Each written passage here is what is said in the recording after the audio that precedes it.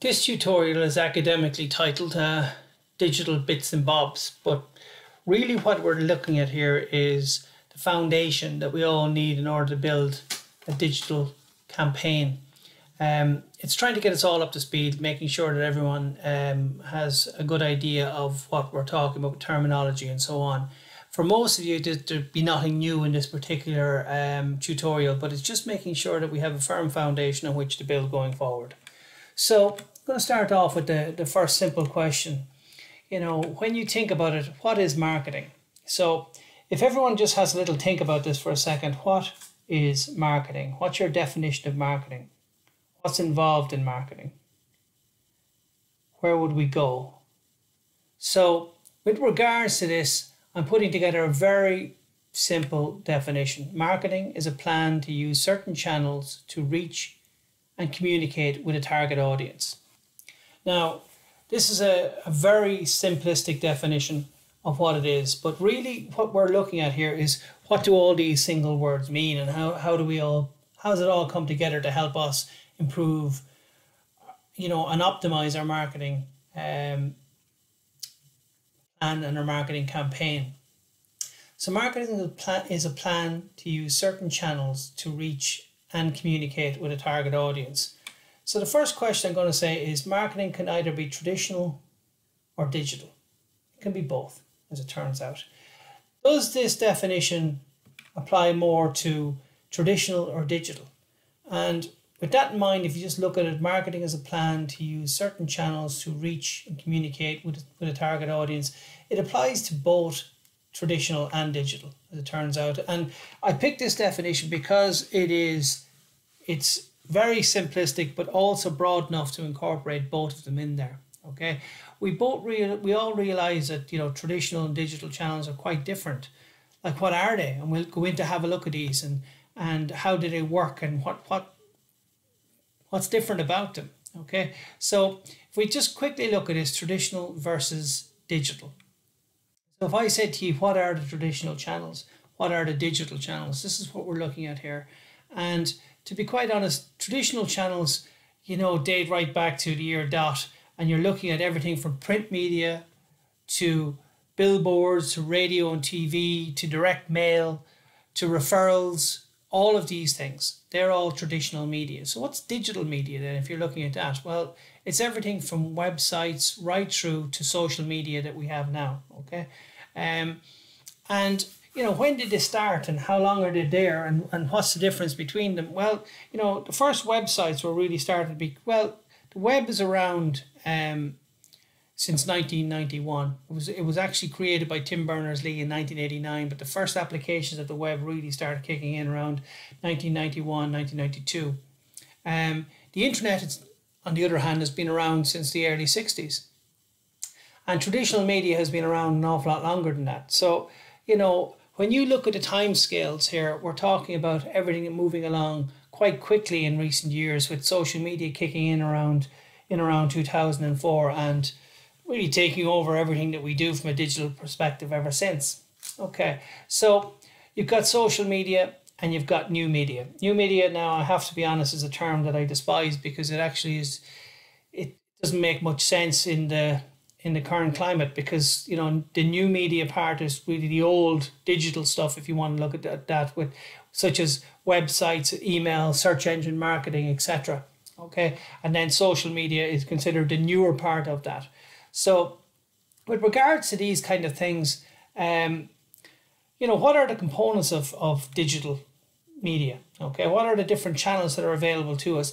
Now, what I'm doing here is we're going to start building this diagram. This diagram will repeat right across this course, because these are the channels not only are we going to look at now and introduce now, and as I said, most of you will be very familiar with them anyway, but they'll keep repeating, keep coming up over and over again throughout the course, especially when we get to implementation, because these are the channels we're going to put in place and we're going to learn how to optimize them.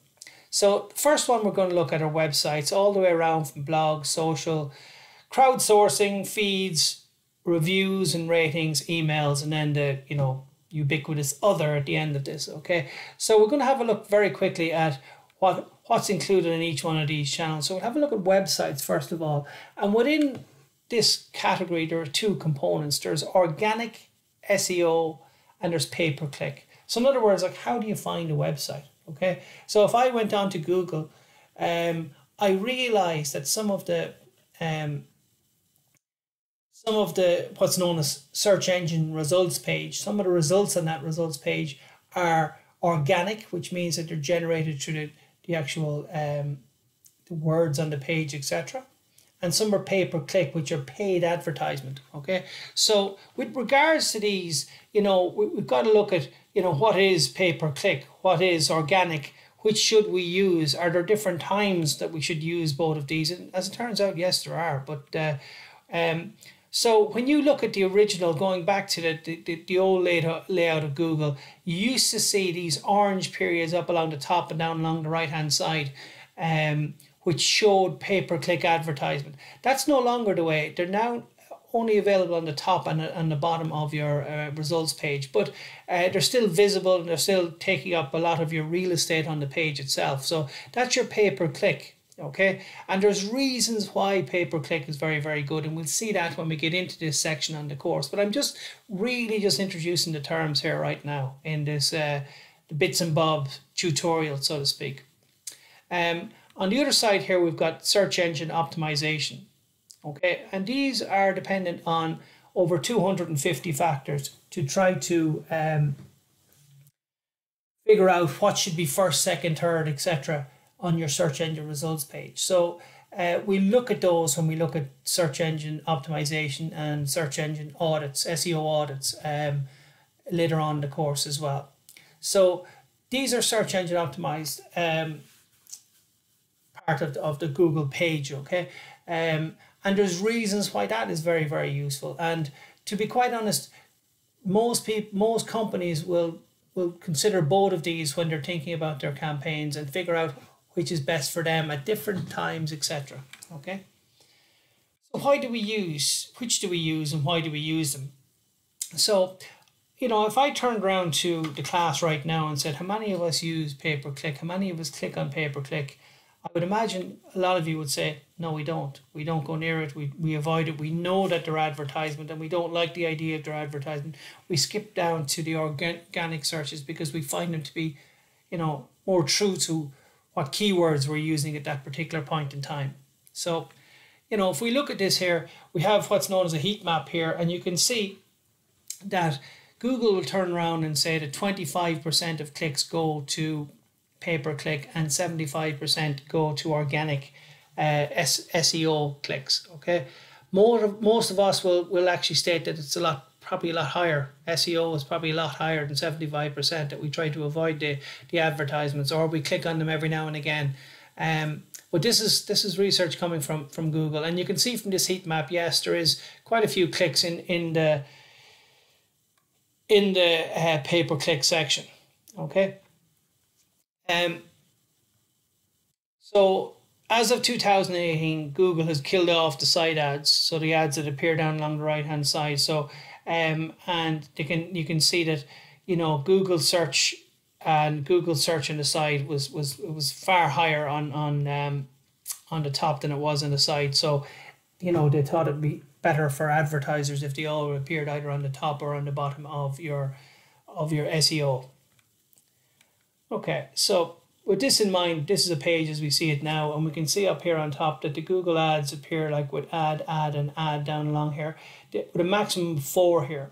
But then Google will normally put in, it depends on what you're searching for, it may put in maybe shopping, maybe maps, maybe choices for hotels down along here and so on. So really what you're actually seeing is that on the first page, or as traditional researchers, traditional marketers used to call it, above the fold here, that we don't see any organic searches whatsoever. Okay, because these are pay-per-click ones here, it pushes the organic ones down further on the page. But if we just click on this here and we can see the Google ads are up here, and then if I move down along it here, the ads are shown by these little ad things here, which they're not trying to hide that they're an ad, but they're maybe not as visible, as obvious as the ones were with a different color background and so on. So if I scroll up along the page here like this, you'll see that the organic ones start appearing then. And quite often, near the bottom you might see more ads again. So the organic searches are further down the page, arguably harder to get to and not as visible as they once were. So provides less real estate for organic searches above the fold. Okay, so with those in mind, you can also see this is a German type scenario. You can still see that the vast majority of the clicks happened on the non-pay-per-click, on the SEO or organic searches down along here. So while Google has changed the layout of their page as of 2018, not much has changed with regards to how people click. And you know, people are very smart with regards to how they know what an ad is and which one isn't an ad. Okay. So with the next one up here, blogs. Well, in this case here, you know, blogs are started off with, you know, there used to be, the term came from web log. So it kind of amalgamated into blog there. And they originally started off with people doing journals and so on. But to be quite honest, they're hugely popular, hugely informative, and a very, very good way to advertise. And we'll have a look at those a little bit later on in the course, okay? When it comes to social, well, the area for social media is absolutely massive here. We've got everything from, you know, Facebook, Instagram, all of these are social media channels. And social media kicked off in earnest in 2004 and has grown steadily ever since, with Facebook, you know, being the main one at this point in time. Others catching up, but it's still massive. Crowdsourcing. Now, the term crowdsourcing may not be familiar to you all, but then the actual websites that appear in here should be things like Wikipedia, which is I always refer to as the knowledge of the masses. You know, Wikipedia is an excellent resource in certain ways. We all know we shouldn't be referencing it, but we all use it to find out maybe, you know, what a term means or a little bit about something. Okay, and we like it because of the fact that it's in a, you know, it's in our own language. It's information for us, by us. Okay, it's not edited. Well, it's edited by everybody, but there's no editor over the whole thing to cut and paste and so on. Okay, to cut out something that they don't think is necessary. We can all do it. Okay, it's up to ourselves. Feeds. Now, feeds. When I describe what a feed is, people would say, "Well, God, that's very basic." But feeds are normally one-way communication, but not always. As we turn out here, like, you know, if I go text feeds, we see things like RSS feeds, like this little icon up here, which are very, very common, and we'll see in this course very, very useful. Right through to image feeds, such as, it used to be things like Flickr, but of course nowadays it's gone on to Instagram and, you know, lots of other channels, which are hugely popular with different age groups, it turns out. But there's lots and lots of image-based channels out there to pick from. Okay, and then audio feeds and video feeds. Now, these are hugely popular as well with the likes of YouTube, etc. Reviews and ratings. You know, while a lot of people don't see this as you know, as social media, there is an awful lot of social media elements involved in this, because at the end of the day, it takes the Web 1.0 element away from websites and put in a Web 2.0 where everybody gets to update and to change information. So we're all creators of information with this type of scenario. And like them or loathe them, review sites are extremely popular, and especially when we're almost ready to make a purchase. And they can influence one way or the other based on this, and they're hugely popular. So there's something that we need to know about, and we need to be able to manipulate them properly and so on. Now, email or direct marketing. Now, when we look at something like this, we think that this has been old hat when it comes to digital media, but the truth is it's still hugely effective when it comes to lookers to bookers, getting people to actually buy, okay, commit and jump. Okay, it's absolutely huge. And then there's others. Now, there's lots of things in here, from apps right through to AR and VR and geo content and caches and QR codes and location-based services. There's lots and lots of stuff in there, and we'll be looking at some of these in the course as well. So that looks at all of our channels there, okay? And as you can see, there's a huge host of them, and we'll be going through all of them throughout this course. Okay, so which channel should we use?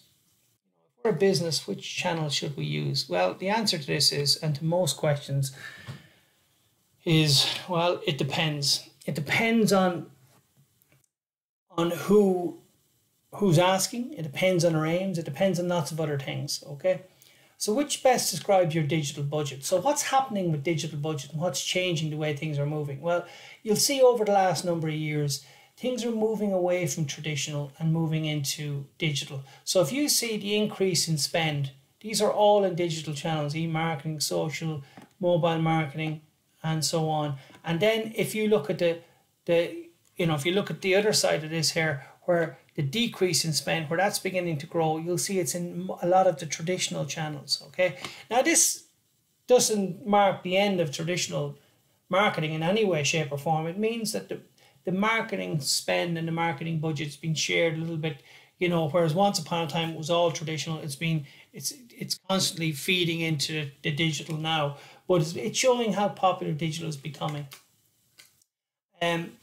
Online versus offline advertisement and the growth in online. Okay, so again, it's very, very important. So which is more important? Well, let's have a quick look at the internet growth and what's happening. So what's the population of the earth? Okay, so this is always a good question to ask in a class, because people go, my God, I have no idea.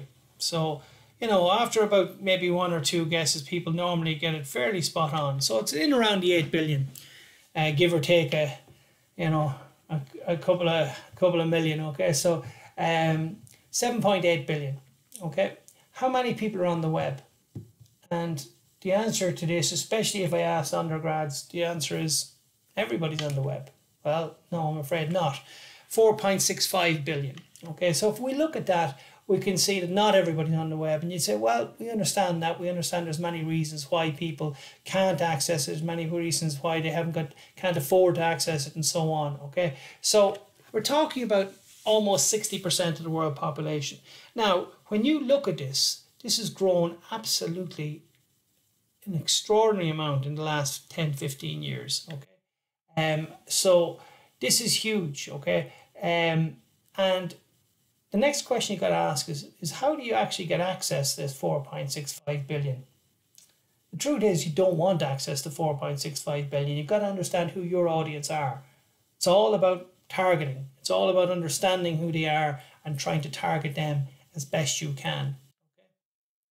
So where are these users from? So while there's 4.65 billion people on the web, where's the biggest population? Where are they from? So the answer I normally get here when I ask this question, because I like this question, is well, developed countries is what people say. And then you define what is a developed country and so on. And then the next answer people say is, well, the US and all of these things. Well, I'm just going to show you a diagram here of where these people are from. So obviously Asia has a huge population. So when you see, 2.3 billion of the population or online population are from Asia, well, it's not hard to see really why. And then followed by Europe and Africa, all the way right down to Australia, 29, and you say that's quite low, but then it depends on the population. I'm going to look at this exact same information in a different way. So if I look at this is the population of online from a specific country. If I look at the percentage online from a specific country, we see very, very different stats, okay? Exact same information. So with North America, 94.6% of the population in America are actually online, 87.2% in Europe, all the way down to Africa, 39.3%. And you can see with all Australia in here at 67%, so it's not so lowly after all. It's above the world average and so on. Okay, so it's a different kind of viewpoint. So next one, what has changed with communication since the introduction of digital? And since digital media has changed so drastically in the last 20 years, what has changed? Well, everything has changed. For starters, how we access it, where we access it from, how often we access it, what we access. Look at the number of channels and the number of different ways through which we can actually access information online. Now, I don't expect anyone to focus in on this too much. I'm just trying to show that there's so many channels out there. And even then, we're just talking about, you know, these are catch-all kind of areas here. And there's so many channels within each one of these. It's about deciding which one we want to use to try and target the audience we want to reach. Okay, so what else has changed? Well, I suppose the 4 ages of the web looks up here with 1989. As I said, Tim Berners-Lee invented the web in CERN in Switzerland. And, you know, in around 2000, 2001, 2002, the web changed from being one-way communication at Web 1.0, which was really just, you know, content created by people creating websites, right through to Web 2.0 looks at user-generated content and two-way communication and so on. So things have changed drastically. So Web 1.0 was really the read-only phase of the web, where all the information was normally created by website owners. There was very, very little in the way of user-generated content. And, you know, most of it was created by Webmaster, and then our surfers went on and we just viewed the information. Right, the level of interaction was way lower than it has become since then. So the web of content is all about just viewing the content and you know, not really interacting with it. Whereas Web 2.0 was a big change. User-generated content grew. When you look at this, it's not only about the webmaster putting up information, it's about the surfers themselves putting up information, and then we see RSS, real simple syndication, how that has changed. So all the information is not only put up by one person, it's coming from a number of different sources now, which became, you know, makes it a lot more vibrant, you know, and in certain ways a lot more difficult to control. So a lot of communication, a lot of interaction here. So it went from a static medium to a dynamic medium very quickly in around 2003, 2004.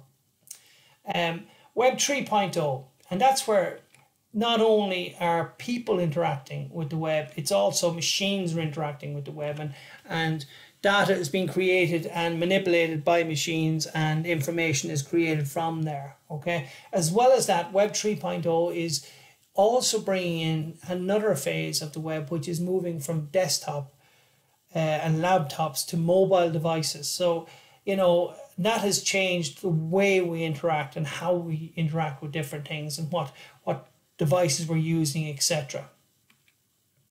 So everything has changed. It's gone, you know, where it was once read-only to write to portable and personal, right through to home pages, and everything now is becoming, you know, built around the person and learning from us and understanding what we want and hopefully giving us what we want in a better way. So, you know, this idea of smart technology is really, really taking over what's going on here in Web 3.0. So what's next? Well, learning to fly, I think, is next as well. So the whole idea of augmented reality, wearables, virtual reality, we're all getting into this and we're all going down this route.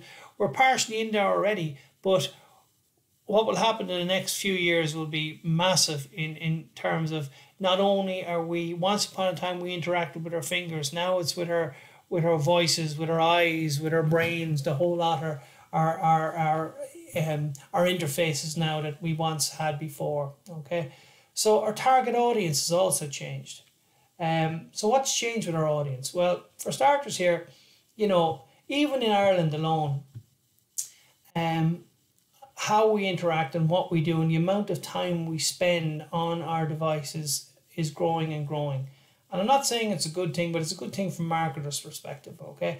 But also the breakdown, because we're dealing with a web-based technology, everything is measurable and we can get dynamic metrics, real-time metrics on everything that happens here, and we can measure things and change things based on that. Okay, as I said, device usage has gone. Once upon a time it was very much when we were interacting with the web, with Web 1.0, it was all on computers. Nowadays, we're spending more time on mobile devices, mobile phones, etc. And we sometimes interact with 2 and 3 devices all at the one time. Time spent with different media. And sometimes when you look at this, you say, oh my good God, do we spend that long? Yes, we do. So marketing potential is massive in there. Attitudes towards digital, and you can then see that, you know, some of us are still a little bit put off by certain things and a little bit afraid of certain things. Sometimes we just don't understand them. And sometimes because we don't understand them, we can't use them properly. So hopefully over the next, over the course of this module, we'll start to learn these things a little bit better and understand them a little bit better. Okay. How frequently we use certain devices. Okay. And how much more, you can see here every day. And let's be honest, when we look back at the times a few minutes ago, we're talking about 5, 6, 7 hours a day. So as well as that, not only are our devices stronger and faster, but they're actually more greedy with regards to its requirements and its connection speeds and its the information that is being dragged down every second by our phones and our devices and so on. Okay. So share of web traffic across the different devices here. So it's very, very important to see here that mobile is taken over from laptops and desktop, and we know that from Google and Google searches and so on. So it's very important that we've optimized our websites and on our apps to deal with all of these as well. So moving on then, marketing is a plan to use certain channels to reach and communicate with a target audience. The plan is really important. The plan part is, from our perspective, if we don't have a plan, well, an old saying is, if we don't know where we're going, every road will bring us nowhere. So it's very important for us to actually understand where it is we're going and understand how we're going to get there. Okay, so where do we start? Well, we figure out, where are we now? Okay, so that's like the equivalent of the old time SWOT analysis. So we will look at what channels we're using at this point in time. We'll measure our website. We'll do an SEO audit on it, see how well we're doing.